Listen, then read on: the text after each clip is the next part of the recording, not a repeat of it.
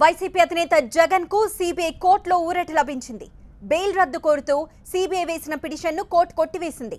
Bail రద్దు కోరుతూ CBI వేసిన పిటిషన్ను తిరస్కరించింది.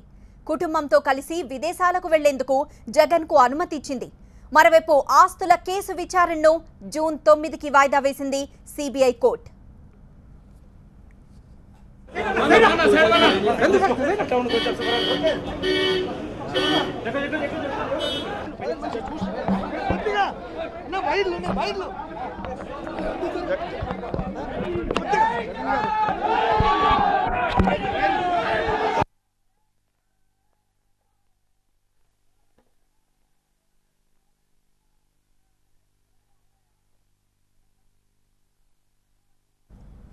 అక్రమాస్తుల కేసులో 16 మాసాల పాటు జైల్లో ఉన్న వైసీపీ అధినేత జగన్ కు అప్పట్లో షరతులతో కూడిన బెయిల్ లభించింది. బెయిల్ మీద ఉన్న జగన్ సాక్షులను ప్రభావితం చేసే విధంగా వ్యవహరిస్తున్నారని ఆరోపిస్తూ బెయిల్ రద్దు చేయాలని కోరుతూ కోర్టులో సిబిఐ పిటిషన్ దాఖలు చేసింది.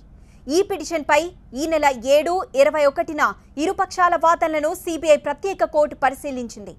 బెయిల్ రద్దు కోరుతూ సిబిఐ వేసిన పిటిషన్ను తిరస్కరించింది. సిబిఐ చూపిన ఆధారాలతో ఏకీభవించలేమని పేర్కొంది.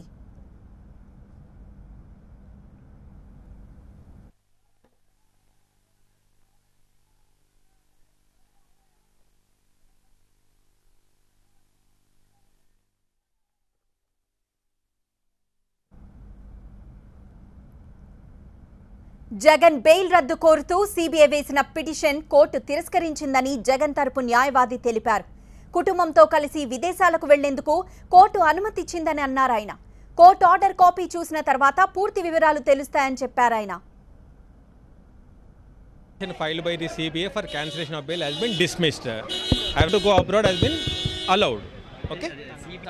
Tour permission grant చేసిందని న్యూజిలాండ్ కి 10 days పర్మిట్ గ్రాంట్ చేస్తున్నారు.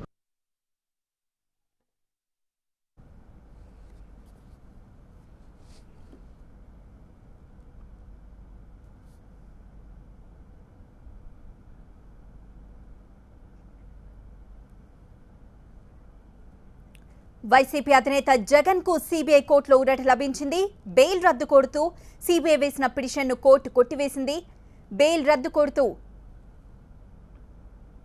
సిబిఐ వేసిన పిటిషన్ను తిరస్కరించింది కోర్టు. కుటుంబంతో కలిసి విదేశాలకు వెళ్లేందుకు జగన్ కు అనుమతి ఇచ్చింది. మరోవైపు ఆస్తుల కేసు విచారణను జూన్ 9కి వాయిదా వేసింది సిబిఐ కోర్టు.